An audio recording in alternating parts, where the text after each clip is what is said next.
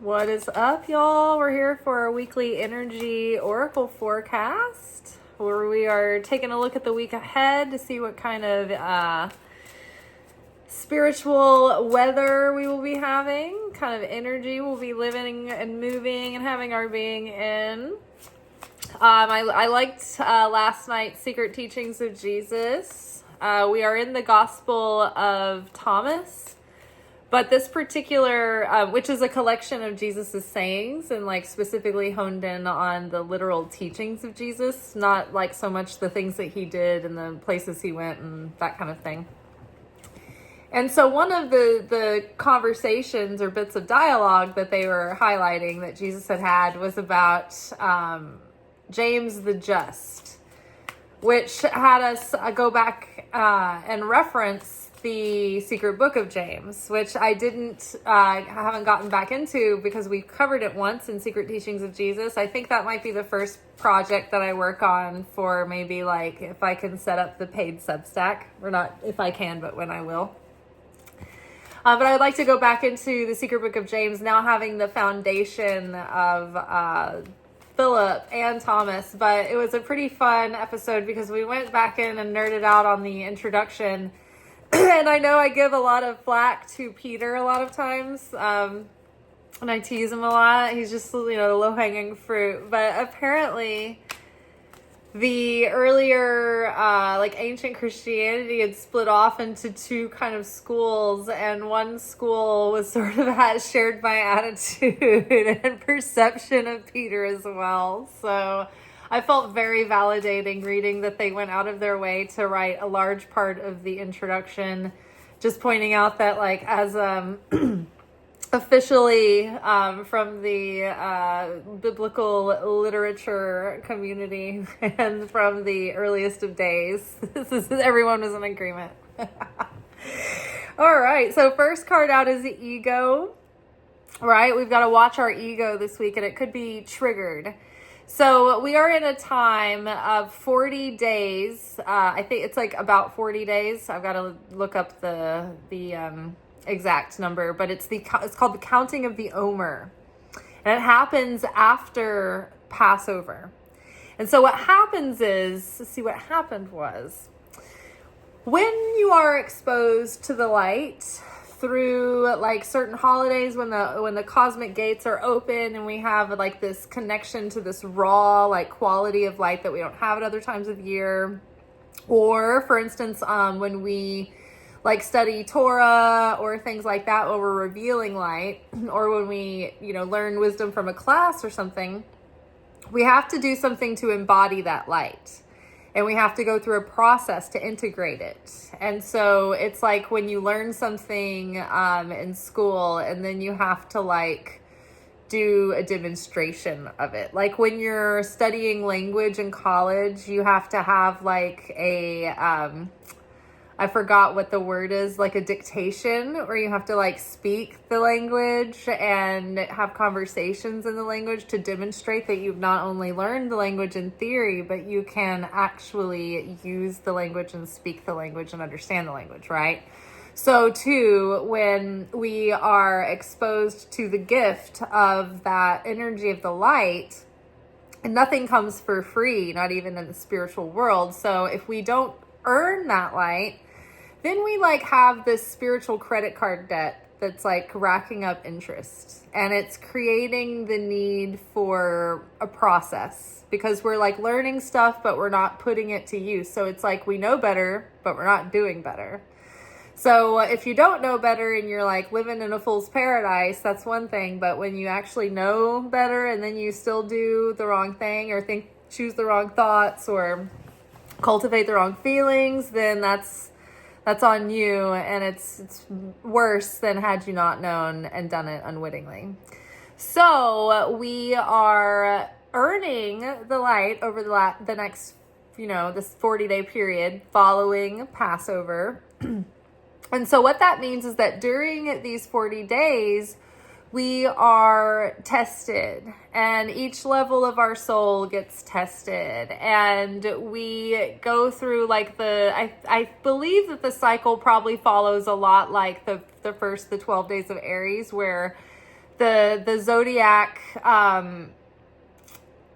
like astrological tikkun are coming up. The different levels of the spirit within our soul are being activated. The attributes of the self are coming forward to show us wherever our shadow is doing its shadow thing, wherever like we have little cracks in our consciousness that are allowing for these egoic thoughts to come in. And, you know, just being able to take the first step of owning the responsibility for the thoughts that we choose and seeing them as our choices, their decisions that we're making, and we're choosing to kind of follow that thought stream or follow that consciousness or follow that emotion, right? Where we could take a step back, disconnect, and choose proactively whether or not that's something that we want to cultivate or not.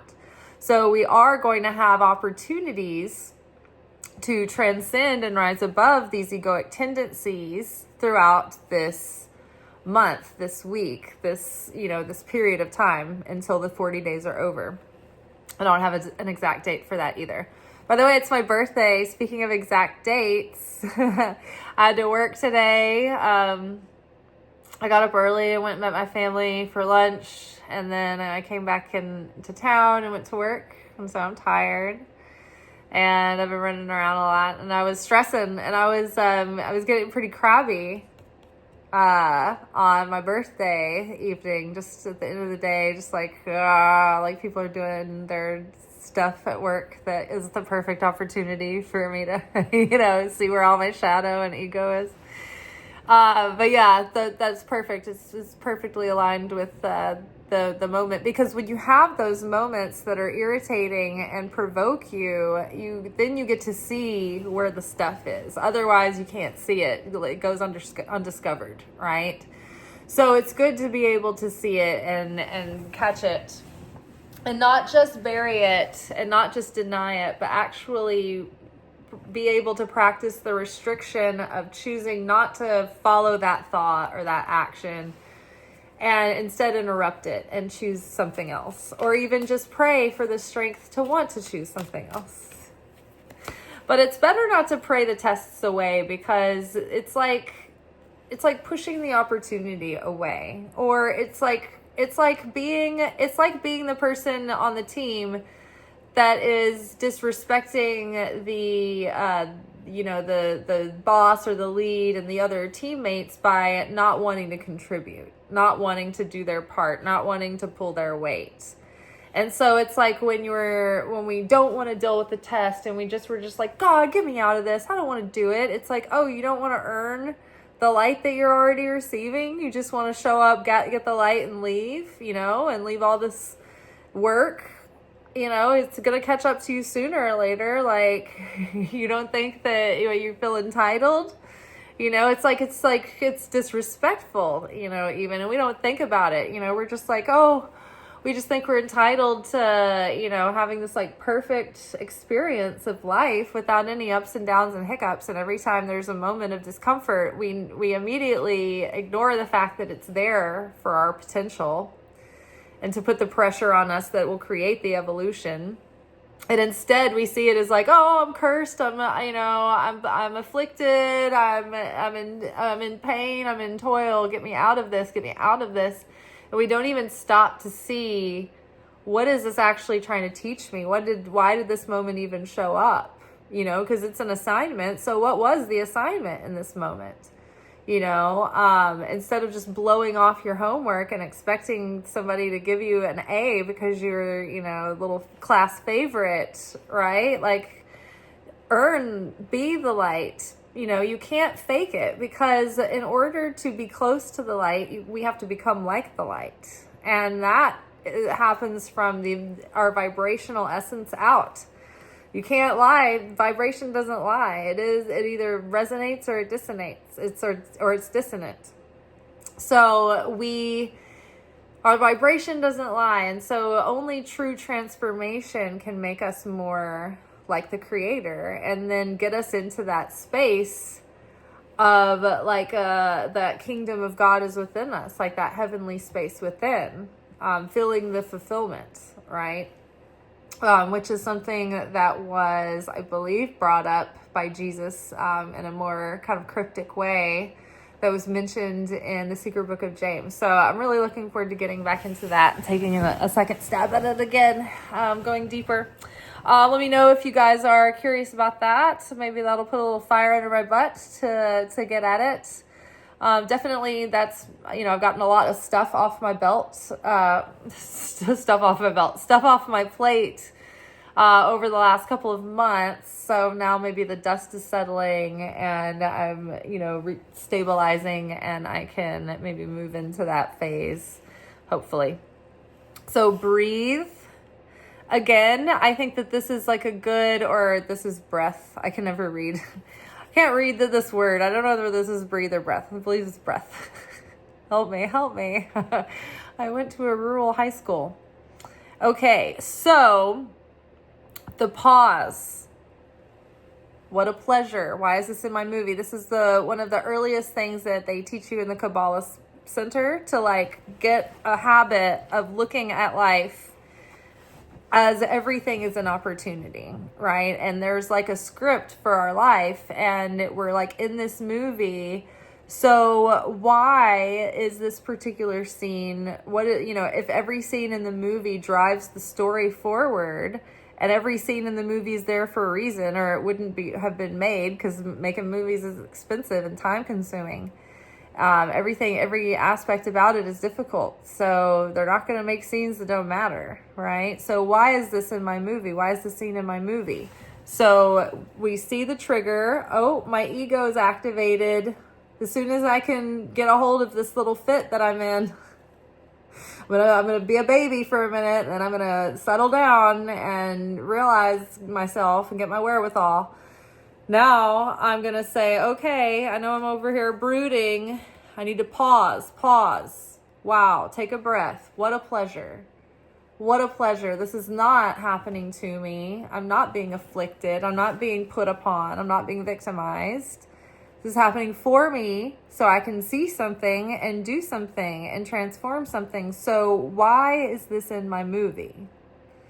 What is this scene trying to bridge me to, right? What is this taking my character from this point in my understanding and my character development to the next point of my character development? What is being asked of me, right? But the goal is to become more and more like the creator. But right now my ego is the thing that's activated, and this is the very essence of myself that is keeping me separate from the creator. So don't rush through and rush past. Pause. Take a breath. Spend some time. Let it breathe. Examine. See what's happening here. What is this moment trying to teach you? What is this moment trying to shape in you?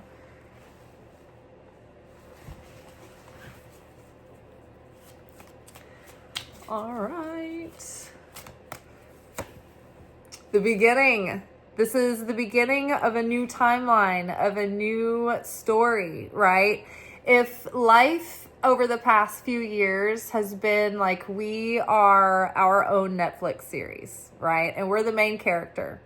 And each one of us has our own little Netflix series, and we're living in our own little universe, right? And this is, the metaphor. So if the last few years were deconstructing our lives and dismantling anything that wasn't truly authentic to our heart, soul, mind, and spirit, and it wasn't serving our highest good, or if it was something that was negative or not supposed to go with us any further, there was a huge shift in humanity where it was a reset. Or for instance, back in the day, there were, when movies were on video cassette tapes, sometimes long movies would be on multiple cassette tapes. For instance, Anne of Green Gables and Anne of Avonlea was a 2-video set. So was Braveheart. There were a lot of movies that would have the 2 videos.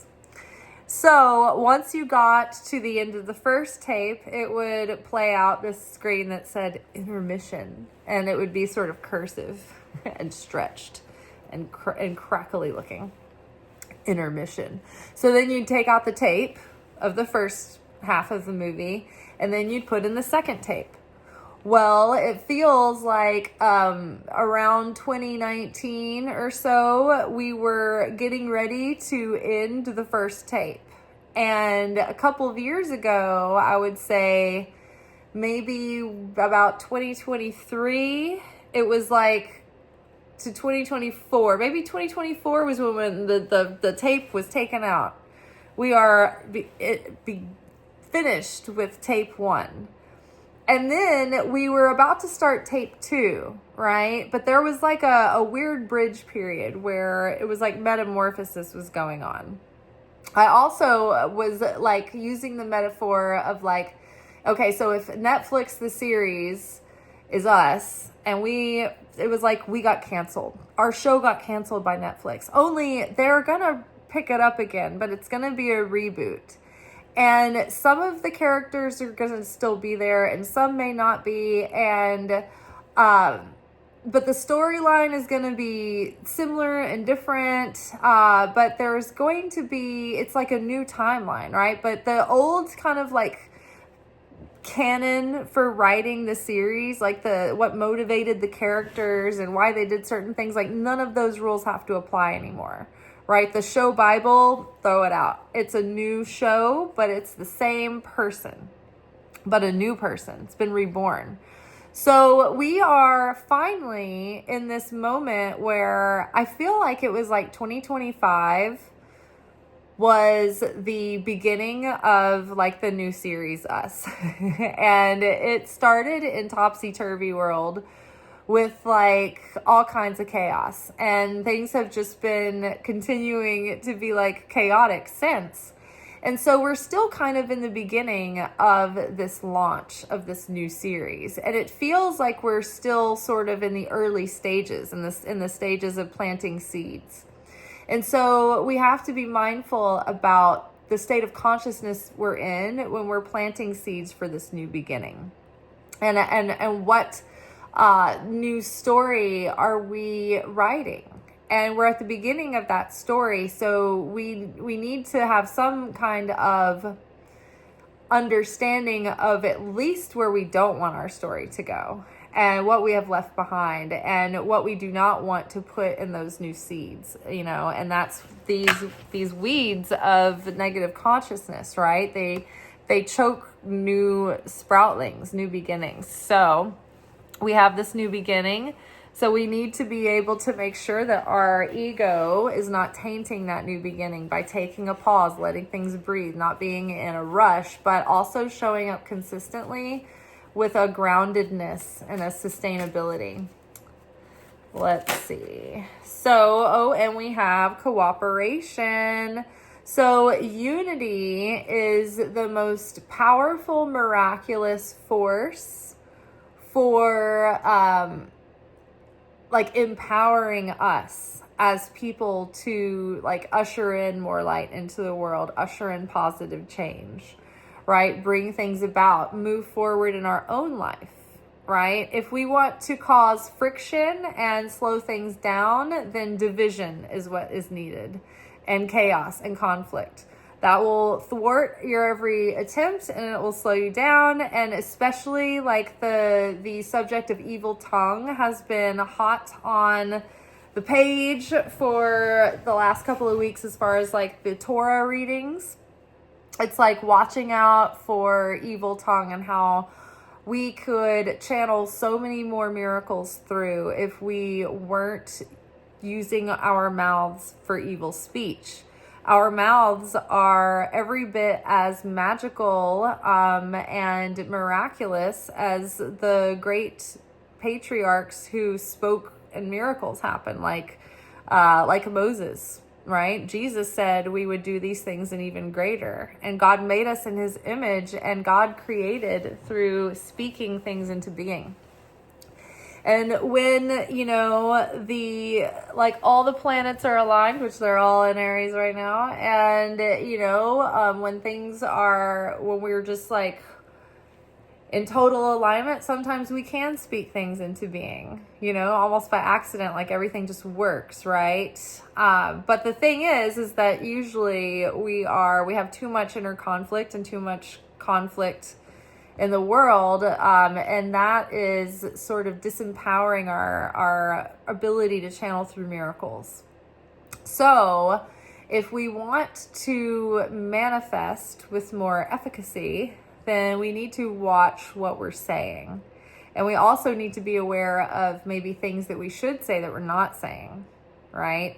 So it is a fine line of discernment to walk. I am in the trenches with you myself. But I do know this, that when the Israelites in the Bible were like struggling with one another, they would be afflicted with things and with problems, and they would, be halted in their journey, and it would thwart their progress. And sometimes they'd be cursed and plagued, right? But when they were unified, then that was when the biggest miracles would happen. And they would be in like a state of endlessness and like eternal light and life and vitality. So when we can sow seeds of unity and cooperation, then that strengthens our capacity to be effective change in the world and manifest the heaven on earth and access that kingdom from within. So the key is unity. We need unity more than anything, now more than ever. And that's the Mashiach energy. It's unity, it's wholeness, it's peace, it's fulfillment, it's harmony, right? I mean, I think that we now realize more than ever that if we had basic unity and harmony and peace and fulfillment in the world, that would take care of a lot of the problems right there. And then we would be able to start making the world much better way faster, right? It would start to happen very quickly. But the opponent, the adversary, knows that. And so the opponent wants to keep us in chaos and disarray and upset. Anything to keep our connection severed from the Creator. Because when we start to become like the Creator and draw near the Creator, we are a force to be reckoned with. And we are a channel for miracles when we are in that place. But how easily we get tripped up and we forget constantly. We're very forgetful. So it takes practice to constantly remind oneself. I try every day, and I'm still a wretch. I say it all the time. I'm like, I'll do good for a minute, and then the next minute, I'm terrible again. But the fact that you keep wanting to show up with a sincere heart, that you're taking it seriously, that, I don't want to keep being a wretch, but little by little, I'm less of one. Not just dismissing it and saying, well, I guess you just have to accept me the way I am, but not perfect. Like, that's insincere, right?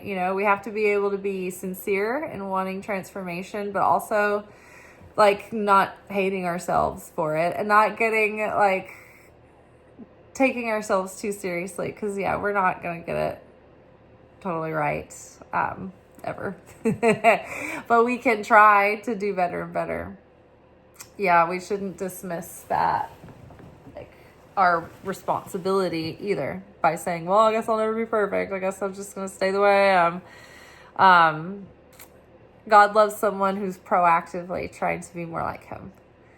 And when we're proactively trying to be more like Him, we bypass chaos that isn't needed because we are doing the good work of getting these scales tipped to the side of mercy rather than judgment. And so the Creator is like, oh, wow, we have one who's awake. They're sentient. They're on board. Like, they can't afford chaos. We've got to keep them on track because they're actually helping us win this game.